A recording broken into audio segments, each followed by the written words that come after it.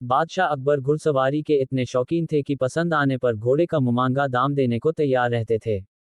दूर दराज के मुल्कों जैसे अरब, पर्शिया आदि से घोड़ों के विक्रेता मजबूत व आकर्षक घोड़े लेकर दरबार में आया करते थे। बादशाह अपने व्यक्तिगत इस्तेमाल के लिए चुने गए घोड़े की अच्छी कीमत दिया करते थे। जो घोड़े बादशाह की रुचि के नहीं होते थे उन्हें सेना के लिए खरीद लिया जाता था। अकबर के दरबार में घोड़े के विक्रेताओं का अच्छा व्यापार होता था। एक दिन घोड़ों का एक नया विक्रेता दरबार में आया। अन्य व्यापारी भी उसे नहीं जानते थे। उसने 2 बेहद आकर्षक घोड़े बादशाह को बेचे और कहा कि वह ठीक ऐसे ही 100 घोड़े और लाकर दे सकता है, बशर्ते उसे आधी कीमत पेशगी दे दी जाए।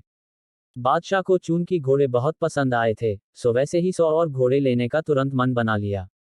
बादशाह ने अपने खजांची को बुलाकर व्यापारी को आधी रकम अदा करने को कहा। खजांची उस व्यापारी को लेकर खजाने की ओर चल दिया। लेकिन किसी को भी यह उचित नहीं लगा कि बादशाह ने एक अनजान व्यापारी को इतनी बड़ी रकम बतौर पेशगी दे दी। लेकिन विरोध जताने की हिम्मत किसी के पास न थी। सभी चाहते थे कि बीरबल यह मामला उठाए। बीरबल भी इस सौदे से खुश न था। वह बोला, हुजूर, कल मुझे आपने शहर भर के मूर्खों की सूची बनाने को कहा था।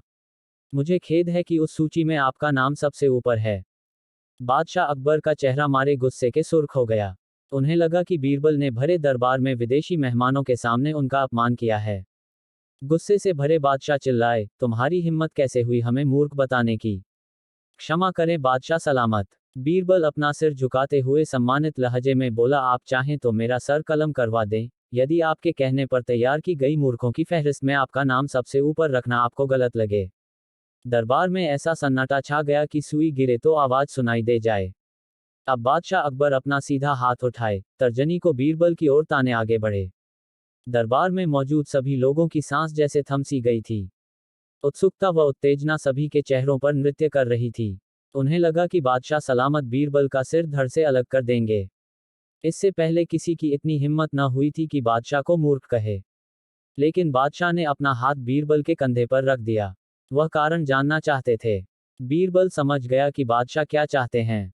वह बोला, आपने घोड़ों के ऐसे व्यापारी को बिना सोचे समझे एक मोटी रकम पेशगी दे दी, जिसका अता पता भी कोई नहीं जानता।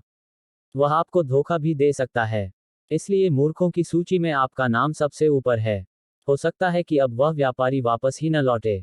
वह किसी अन्य देश में जाकर बस जाएगा और आपको ढूंढे नहीं मिलेगा। किसी से कोई भी सौदा करने के पूर्व उसके बारे में जानकारी तो होनी ही चाहिए। उस व्यापारी ने आपको मात्र 2 घोड़े बेचे और आप इतने मोहित हो गए कि मोटी रकम बिना उसको जाने पहचाने ही दे दी। यही कारण है बस। तुरंत खजाने में जाओ और रकम की अदायगी रुकवा दो। अकबर ने तुरंत अपने एक सेवक को दौड़ाया। बीरबल बोला, अब आपका नाम उस सूची में नहीं रहेगा। बादशाह अकबर कुछ क्षण तो बीरबल को घूरते रहे, फिर अपनी दृष्टि दरबारियों पर केंद्रित कर ठहाका लगाकर हंस पड़े। सभी लोगों ने राहत की सांस ली कि बादशाह को अपनी गलती का एहसास हो गया था। हंसी में दरबारियों ने भी साथ दिया और बीरबल की चतुराई की एक स्वर से प्रशंसा की।